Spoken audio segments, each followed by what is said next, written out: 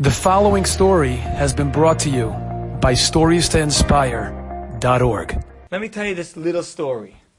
Happened, I believe, in like the 50s. There's a rabbi, he was a famous rabbi, his name was the Panovich Rav. Panovich Rav was known. He built the Panovich Yeshiva, and he was great vision that it took to build that yeshiva. In fact, I think he was the one who one time went fundraising and went to someone's house, and the person said, "Rabbi, I'll give you all the money you need to build the yeshiva. I have two conditions. The kids can't wear kippah, and they can't wear tzitzit." He said, "No problem. I'll take it all." And he built the girls' school. So that's the Panovich Rav. So anyhow, he one time came to America to raise money. In, I don't know, a town, maybe it was in Florida or somewhere. And he's going from house to house, and like every house he gets to, he's ringing the bell, the lights are closed, the shades are drawn. He doesn't know like what's up, like nobody's home. So he does a little research. He finds out that in the local shul, there was going to be, that night was a big debate between the Reformed rabbi and the Orthodox rabbi. And everybody came to be part of it.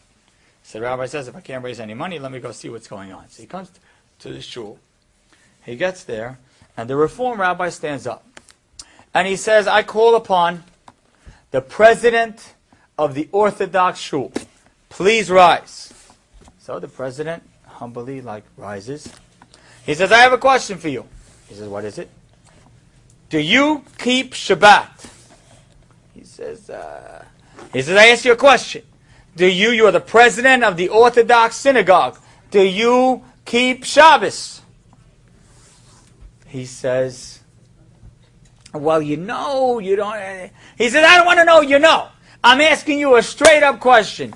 Do you keep Shabbat?" He says, "Well, you have to understand, I have 5 kids, and it's hard economy today." And then he said, "That's not what I asked you. Answer the question. Do you keep Shabbat, yes or no?" Man says, "The truth is no." And he sits down. The Reform rabbi says, "I rest my case. You think that you guys take this religion seriously in any way? The president of the Orthodox shul doesn't keep Shabbat." The whole room is quiet. The Orthodox rabbi is looking at everyone, and everyone's trying to figure out how's he going to respond. The Panovich Rav jumps up. He's from Israel. He jumps up. He says, "I want to respond." So it was like, okay, no one knew what to answer anyhow.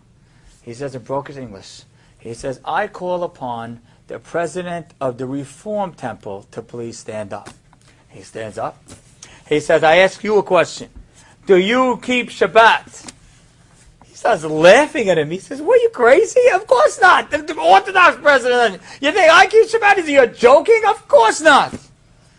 Panovich Rav says, "Thank you. Please sit down. I raise my case.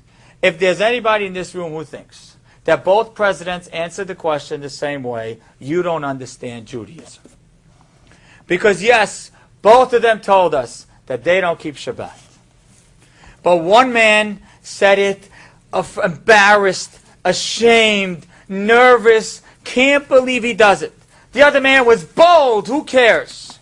He says, as long as that person is embarrassed and ashamed and aware of what his mistakes are, he has a chance. That man who laughed at me, he has none."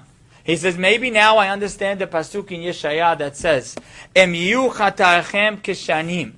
If your sins will be red, kasheleg yalbinu. They'll turn white like snow. What does that mean if your sins would be red? You should say the opposite of white. If your sins will be black, they'll turn white. What do you mean if your sins will be red? Here's what it means. He says it means if when you sin, you turn red, and your face gets beat red from embarrassment, then I know that there's a chance that one day they'll turn white. But if you couldn't care less, they're never going to change. Our first job to grow in any way is to identify our weakness.